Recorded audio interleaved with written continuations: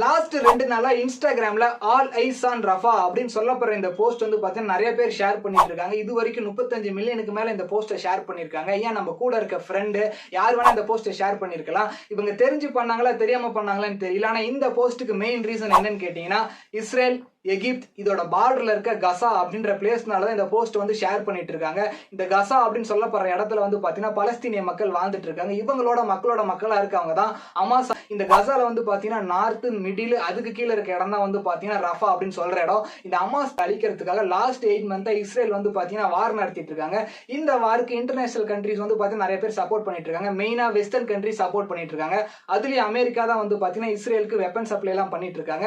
இந்த இஸ்ரேல் என்ன சொல்லியிருக்காங்கன்னா, கசா அப்படின்ற இடத்துல இருக்க பலஸ்தீனிய மக்கள் கிட்ட மக்களோட மக்களா ஹமாஸ் அப்படின்னு சொல்ற அமைப்பினர் இருக்கனால நீங்க நார்த்ல இருக்கீங்க, அங்க இருந்து கீழே வந்துட்டீங்கன்னா மிடில்ல வந்துருவீங்க, எங்களுக்கு நார்த்ல இருக்கவங்களை அழிக்கிறதுக்கு கொஞ்சம் வசதியா இருக்கும் அப்படின்னு சொல்லியிருக்காங்க. உடனே மக்களும் சரி அப்படின்னு சொல்லிட்டு மிடிலுக்கு வந்திருக்காங்க. நார்த்தை வந்து டிஸ்ட்ராய் பண்ணதுக்கு அப்புறம் மிடிலுக்கு வந்ததுக்கு அப்புறம் என்ன சொல்லியிருக்காங்க, இன்னும் ஹமாஸ் அப்படின்ற அமைப்பினர் வந்து மிடில் உங்களோட கலந்துருக்காங்க, நீங்க அங்க இருந்து கீழே ரஃபா அப்படின்னு சொல்ற இடத்துக்கு வந்துட்டீங்கன்னா எங்களுக்கு அவங்களை டிஸ்ட்ராய் பண்றதுக்கு ஈஸியா இருக்கும் அப்படின்னு சொல்லியிருக்காங்க.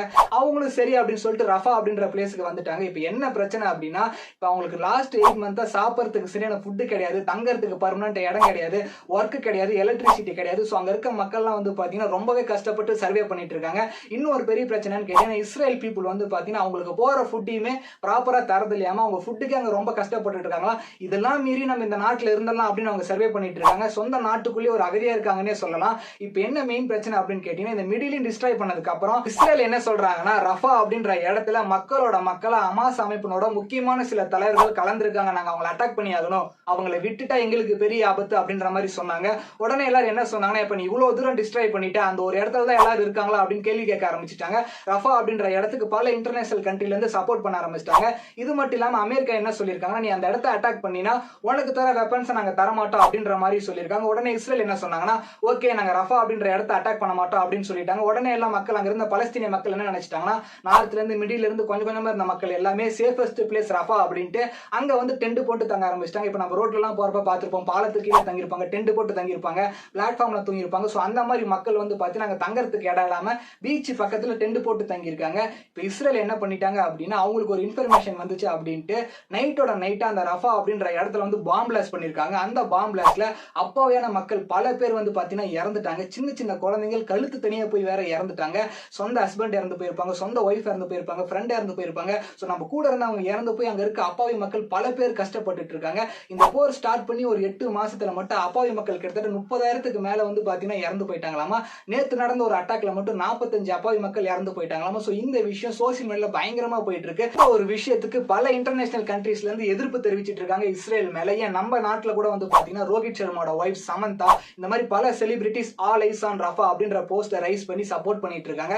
இதுல என்ன ஒரு விஷயம் அப்படின்னு கேட்டீங்கன்னா, அங்க இருக்க பலஸ்தீனிய மக்களால அந்த ரஃபா அப்படின்ற பிளேஸ்ல இருந்து கிராஸ் பண்ண போக முடியாது. ஏன் அப்படின்னா, அதை கிராஸ் பண்ணணும்னு நினைச்சா எகிப்தை கிராஸ் பண்ணணும். எகிப்தோட பார்டர் அங்க பெரிய பெரிய வால்ஸ் இருக்கு. அது மட்டும் இல்லாம எலக்ட்ரிசிட்டியோட அங்க வந்து வால்ஸ் எல்லாம் இருக்காங்க. அங்க தொட்ட ஷாக் அடிச்சு இறந்துருவாங்க. ஸோ அவங்க முன்னாடி தான் வரணும், பின்னாடி போக முடியாதுன்ற காரணத்தினால அங்க இருக்க மக்கள் ரொம்பவே கஷ்டப்பட்டு இருக்காங்க. எப்படி சர்வே பண்றாங்க அப்படிங்கிறது கூட தெரியல.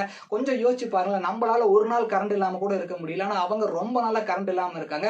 சரியான சாப்பாடு கிடையாது. ஸோ எவ்வளவு கஷ்டங்கிறத நீங்க யோசிச்சு பாருங்களேன். நமக்கு சின்னதா ஒரு விஷயம் கிடைக்கலாம் கூட என்னப்பா என் வாழ்க்கை இப்படி இருக்குன்னு நினைக்கிறோம். ஆனா 8 மாசமா அங்க இருக்க மக்கள் சொந்த நாட்டிலேயே ஒரு அகதியா இருக்காங்கன்னு நினைக்கிறது ரொம்பவே கொடுமைங்க.